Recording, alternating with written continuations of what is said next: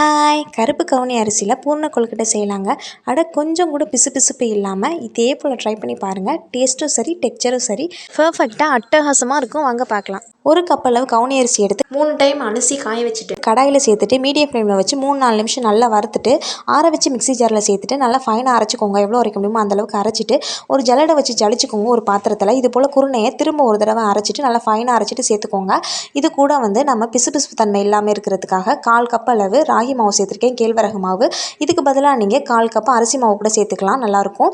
1 teaspoon உப்பு சேர்த்துட்டு நல்லா மிக்ஸ் பண்ணிவிட்டு சூடாக உள்ள தண்ணி 1/4 கப் நமக்கு தேவைப்படுச்சு எடுத்த கப்பில் கொஞ்சம் கொஞ்சமாக சேர்த்துட்டு இது போல் அழுத்தம் கொடுத்து நல்லா பிசைச்சிக்கோங்க. ஃபஸ்ட்டு கரண்டி போட்டு நல்லா கலந்துட்டு அதுக்கப்புறம் கை வச்சு நல்லா பிசைஞ்சிட்டு இது போல் இருக்கட்டும்.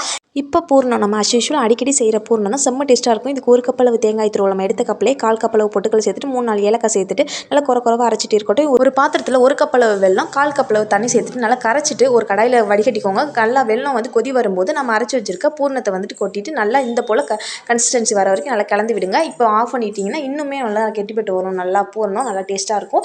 இப்போ இலையில நம்ம எடுத்து வச்சிருக்க மாவில் சின்ன சின்ன உருண்டைகளாக மீடியம் சைஸ் உருண்டை எடுத்து இலையில லேசாக எண்ணெய் நெய் அப்ளை பண்ணிவிட்டு நல்லா இது போல் நல்லா கை வச்சு நல்லா தட்டி விடுங்க. தட்டிட்டு உள்ள ஸ்டஃபிங் நல்லா வச்சுட்டு இது போல் க்ளோஸ் பண்ணிக்கோங்க. அவ்வளோதான். இதே போல் எல்லாத்தையும் ரெடி பண்ணிவிட்டு இட்லி பாத்திரத்தை தண்ணி வச்சு தண்ணி நல்லா கொதி வரும்போது எல்லா கொழுக்கட்டையுமே சேர்த்துட்டு கொஞ்சம் அளவு சேர்த்துட்டு அடுத்த பேட்சில் கூட நீங்கள் வேக வச்சுக்கலாம்.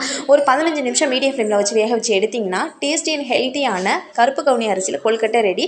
பார்க்க மட்டும் இல்லைங்க, டேஸ்ட்டும் அவ்வளோ சூப்பராக இருந்தது. இதே போல் நீங்களும் வீட்டில் ட்ரை பண்ணி பாருங்கள். நம்ம சேனலில் ராகி மாவு பூர்ண கொழுக்கட்டை அப்புறம் அரிசி மாவில் விரிசலே இல்லாமல் கொழுக்கட்டை எப்படி செய்கிறது அப்படிங்கிறதையும் போட்டிருக்கோம். உடனே செக் பண்ணி பாருங்கள். நம்மளோட வீடியோஸ் பிடிச்சிருந்தது அப்படின்னு லைக் பண்ணி சப்ஸ்கிரைப் பண்ணிக்கோங்க. அடுத்த வீடியோவில் பார்க்கலாம். டாடா, பாய்.